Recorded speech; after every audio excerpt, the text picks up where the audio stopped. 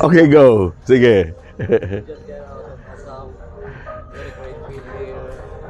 I'm not into shawarma, but the shawarma here is legit. Hey, Pre, Hi. what can you say about that food that we ate here? Oh, I never expect it to taste that good. It was way beyond what I expected for a sandwich, but when it was delivered, akala ko hindi ako mag-enjoy. It was worth the price? More than worth the price, pre. And it also actually aligned with the every topic we talked today on expectation against reality.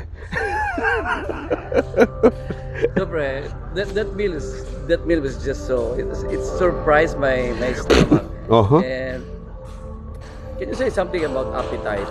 Oh wow, ayan na. Ito na ngayon. Kasi kagabi lang somebody told me na, Kuya Neil, if you take what's that, apple cider, you will not have a good appetite the next day. Oh. Well, today, after tasting the shawarma, the appetite just is back to life. So what can you say about appetite? All right. I do not have the right phrases to organize based on the concern you're asking me on for an appetite, but I have a limited understanding and knowledge about it that I can share, because with the experience that we had for the appetite that was built on us eating that food that was so tasty, Keep walking. okay, the reason it became tasty, and as far as my experience is concerned, is my gut microbiome, if you know what that means. What is that? Gut microbiome. That's the Gut. kind of bacteria that you actually accumulate in your stomach from the kind of food that you eat. My All right. Which means if you shock eat, to the heart yan, yes, that's why I told you. So if you eat more of starchy and or sugary food, carbo, your stomach or your gut will breed in so much of that bacteria to process that kind of a food. If you eat naman meats and other derivatives, it also will have to accumulate that some kind of gut bacteria to process that food. And if you eat veggies or vegan, you will have another set of gut microbiome that will be in your intestine. And you know what happens, pre? What? Whatever is the majority of the gut microbiome that you had in your stomach is responsible for creating you the appetite or the crave. So, so it's same as life. Whatever you imbibe in your mind and your thoughts that generates you the feeling and the emotion, that will be where your appetite or your focus is.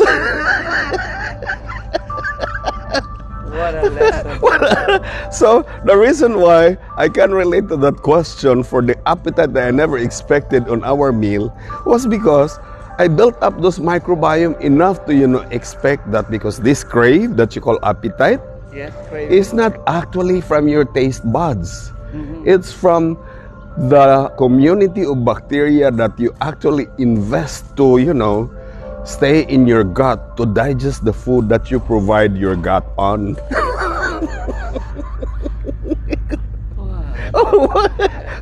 Whatever. For the longest time, I thought it has something to do with our taste buds. No. Now, The taste buds will change, depends on the kind of bacteria that you actually accumulate in your the gut. more of that kind you will have, the more Yes. you have that kind That of kind of crave. Oh yeah. Okay. you just All right. and then tell me more. Although we thought that we crave part of what we wanted, your wants, that which creates you the appetite was all based on what you generate for the kind of food that you take. That allows you to imbibe or to generate also the microbiome, we call that gut microbiome, that processes those food inside your stomach or your intestine. And they are the ones that dictates to your appetite. Wala talagang kinalaman ng taste buds, no? Wala! Mag-iba. Malaman mo yan. Pati mga magic sarap na yan. Wala talagang Yes, malaman mo yan if you change diet like what I did when I enrolled Wild Fit. For instance, yung okra na yan, when I was served with okra na nilataan lang and with calamansi, buti na lang maubos ko yung isa. But when I changed diet to the point that I had so much of that green for an intake, meaning nag-change yung microbiome ko, hindi ko akalain I will have this kind of response on my salivary gland or for my appetite. When I would see that okra and that lemon, I would salivate. And I can finish as many okra as I can. You mean you crave for such Yeah. Because orientation of the one that's processing that food. So if there is so much bacteria to process that kind of a food, then seeing that food will give you the crave. You cannot imagine how many bacteria do I have. That surprises you, huh? Yeah, first time, bro. I told you. First time, bro. Oh yeah. Edukasyon is very important. All right, close it because haba na yung upload na yan. Okay, thank you, bro.